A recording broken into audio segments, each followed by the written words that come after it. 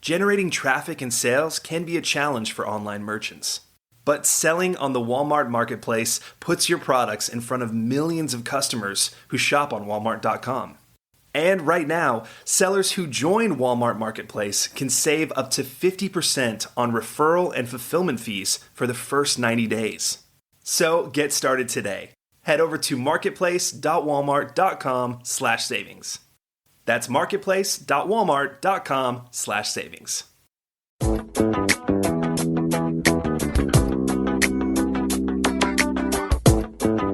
Welcome to E-Commerce Conversations, a weekly podcast focusing on e-commerce topics featuring interviews with prominent people in the e-commerce space.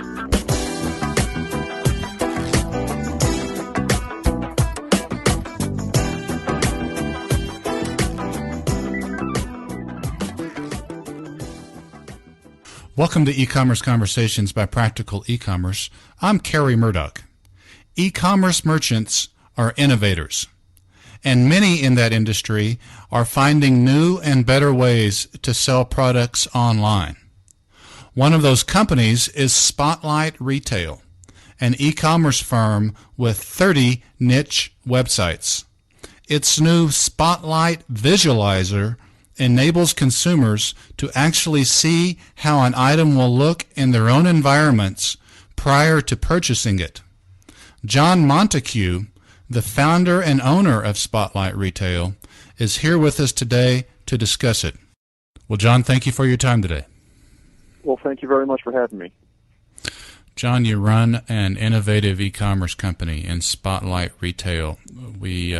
I know we talked with each other a couple of years ago now, believe it or not. You were at 20 stores then, 20 niche stores. Now you're up to 30, I believe.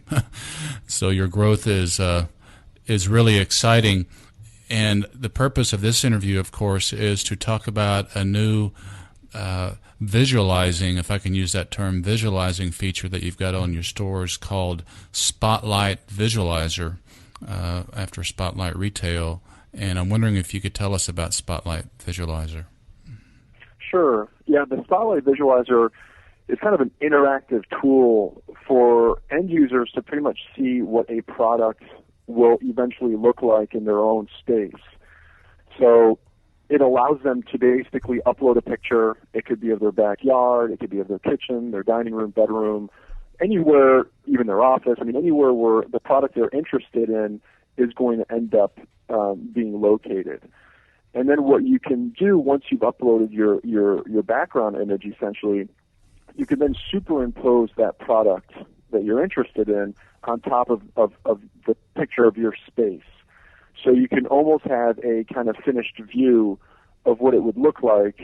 And it's always been the limitation of online retailers, obviously, versus brick and mortar, where you can walk into a brick and mortar, wrap your arms around a product.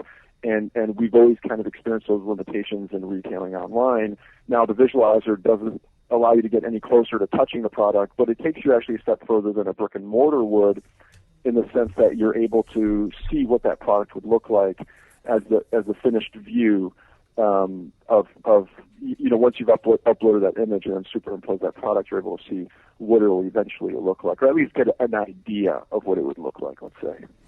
Give us an example. What type of product would you be talking about, and give us an example of a setting or how your customers have used Spotlight Visualizer so far.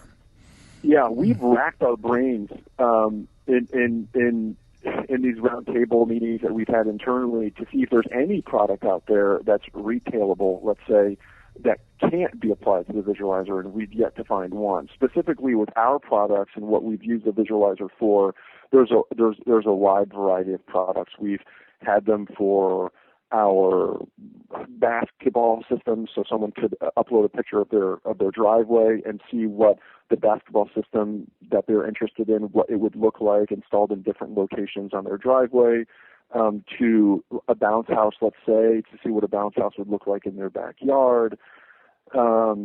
Fireplaces work really well with the visualizer. If you've got a blank space on a wall that you're thinking about recessing a fireplace into, this tool would certainly allow you to put a whole bunch of different fireplaces and see the different look you would want to achieve. And even products that we don't have, we kind of laughed about too. I mean, you can probably just point to anything on your desk and say, okay, well, out of curiosity, let's see what, this phone or computer would look like on my desk. And you'd be able to achieve that via the visualizer. Or even, let's say, a toaster oven. You're concerned if maybe the stainless steel toaster oven you're looking at getting will clash with your black refrigerator, as the toaster oven will sit right next to it on the counter. Well, this visualizer essentially will help you get a finished view to see if that will in fact be a problem or not, or if it will in fact look good. So I don't think there's any limit to what type of product it could work for. Now, your company, John, Spotlight Retail, you run 30 niche websites. Do you deploy your visualizer product on every one of those websites? We've got the visualizer probably on 3/4 of our websites at this point. Rolling it out is super, super easy. It's very plug and play, and it could work on any website or e-commerce platform. It's very easy to implement. All you have to really do is just make the product that you're looking to incorporate the visualizer to. We've used an internal phrase, visualizer enabled, in quotation. So if a product's visualizer enabled or not, and that's a very easy process. It's basically just rendering the product image with a transparent background, and all of a sudden you're done. But that product will be able to seamlessly be superimposed onto your customer's picture, and they'll be able to see what it looked like. And there's maybe one thing I forgot to mention, so people understand how this kind of works. There's also a drag and resize routine with the product image. So clearly, when you're talking about a 2D picture over a 2D picture, if it's not sized or scaled to size, rather, it's going to look really awkward, and it will defeat the whole purpose of having a visualizer. But we've implemented a drag and resize routine so the end user can easily move the picture around and resize it so that the perspective and the depth is correct as well. Did you develop this? Did you write this yourself? We conceptualized it internally. Mm-hmm. And we have a very good relationship with a programmer that we've outsourced for several different jobs in the past. And this individual is highly talented and has a good creative mind as well. So we brought this concept to him, and he basically put it into action using. Basically, the programming languages used in creating this tool are JavaScript and ASP, so they're very straightforward and they're very compatible across all platforms. Your platform, as I recall, is Product Cart by Early Impact, is the cart you use across all your sites, and that's what you plug that into, if I could use that term. Is that correct? That's correct, yeah. Early Impact publishes an e-commerce software called Product Cart, which is phenomenally powerful for a prepackaged, out-of-the-box e-commerce solution. And the scripting language they use is ASP, and it works perfectly with Product Cart. You said something there, John, earlier about the visualizer could work across any platform, and it made me wonder, do you have plans to offer that to other folks who might want to use it on their platforms, or was that just an illustration that you were using? The phase that we're in right now is more to use it to better our own efforts and our own stores. Mm-hmm.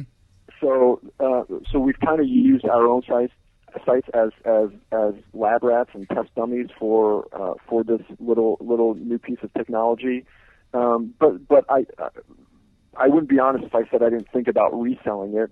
Certainly, I think there's an opportunity to resell it, and there's been some blogs and articles written about it, and we've received a lot of interest. So I think there's definitely a demand out there for this type of a product. So we're looking into right now creating a prepackaged deployable version that can be resold. We've just got to work out a few things, and we want to implement more to the visualizer as well. So we'd like to get into that second phase of reselling it. Are you able to tell us the success to date in terms of how it's impacted conversions, how it's impacted abandonments, that sort of thing? Yeah, we don't have a conversion code for the purpose of tracking the visualizer use at this point. We are working to create an add to cart button directly inside the visualizer window So that'll finally create a link between the visualizer itself and our checkout processes. So that's coming. It will be in place in the future, and that's something that's real valuable information that we want to have in a real trackable and objective manner. So I think once we've got that add to cart button implemented into the visualizer window, we'll have that direct link to the checkout, and we'll be able to start tracking conversions. How about feedback from customers? Any anecdotal feedback, conversations with customers?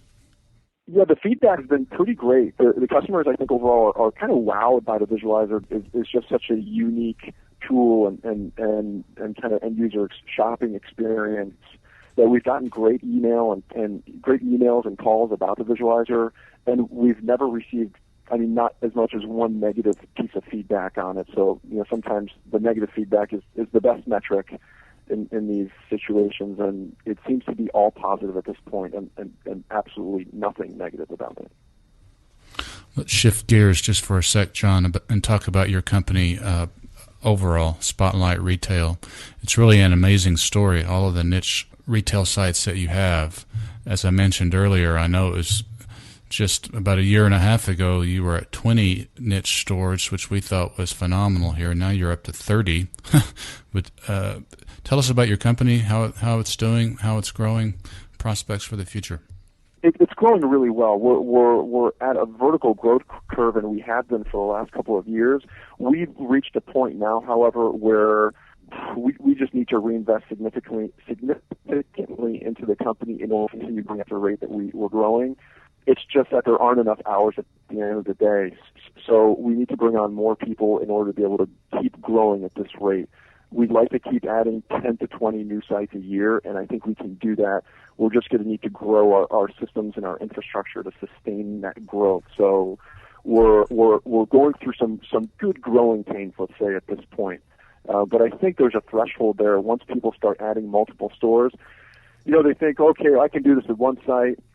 My expenses are more or less fixed across the board. Let me go ahead and create another site or a third site and a fourth site. And it's really just a matter of time where you realize how time-consuming each individual site is, and you just have to keep building your infrastructure, as you grow sites. So I think we're at a point right now where we need to either plateau and just get better at what we're doing, or if we're going to keep growing and adding sites, we're going to need to take some important and significant decisions in growing the HR side and even our warehousing space and everything else.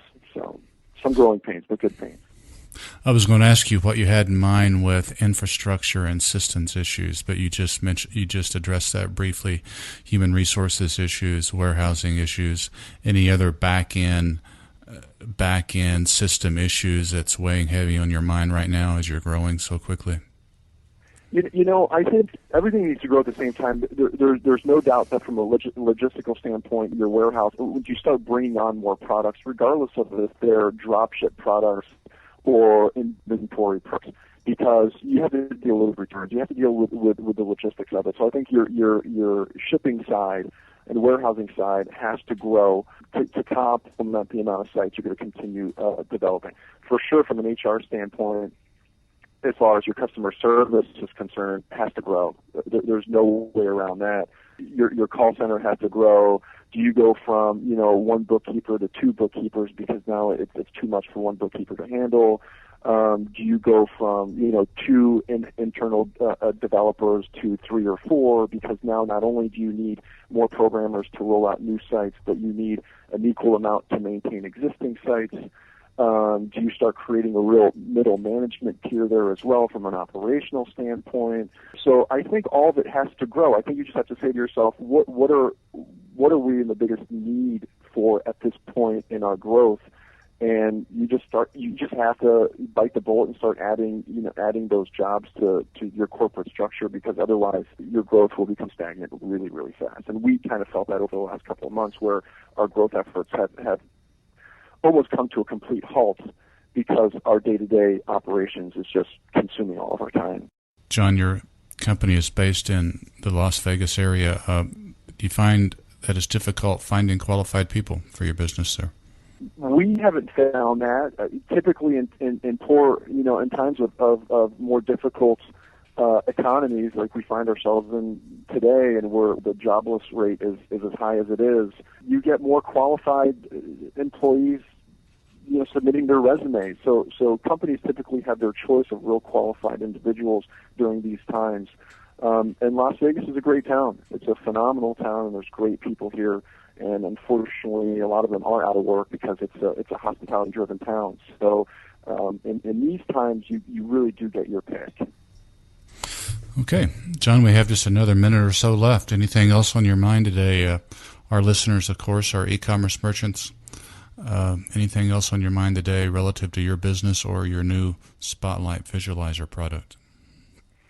I would say on the visualizer, maybe check back the SpotlightRetail.com site for updates.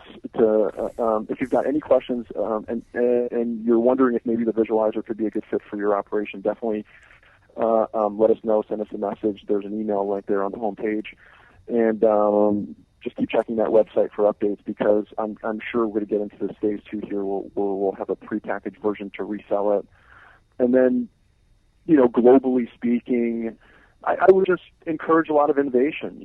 I think at the end of the day, the competition online is just so tough that you have to separate yourself from the herd. So every little effort you make, no matter how small it is, really goes a long way to generate more sales and to separate yourself. So, through innovation, through better customer service, regardless of how competitive it is online, it's such a massive market share that I think there's room for everybody to earn their own share of sales. It's just a question of how much you want to grow and how willing you are to innovate and to separate yourself from either a technological standpoint or even a customer service standpoint. I mean, there's still a lot of poor customer service companies out there, period. It's not that difficult to separate yourself. Okay. Well, for purposes of our listeners, we've been visiting with John Montague. John is the founder and owner of SpotlightRetail.com. Spotlight Retail being a Las Vegas-based e-commerce merchant that runs 30 niche e-commerce sites. John is a genuine innovator in the e-commerce space, and we've been discussing his new Spotlight Visualizer product, which helps consumers see what a product looks like in their own personal setting. John Montague, the founder and owner of Spotlight Retail, we want to thank you for your time today, sir. Thanks, Gary. Appreciate the opportunity to speak with you.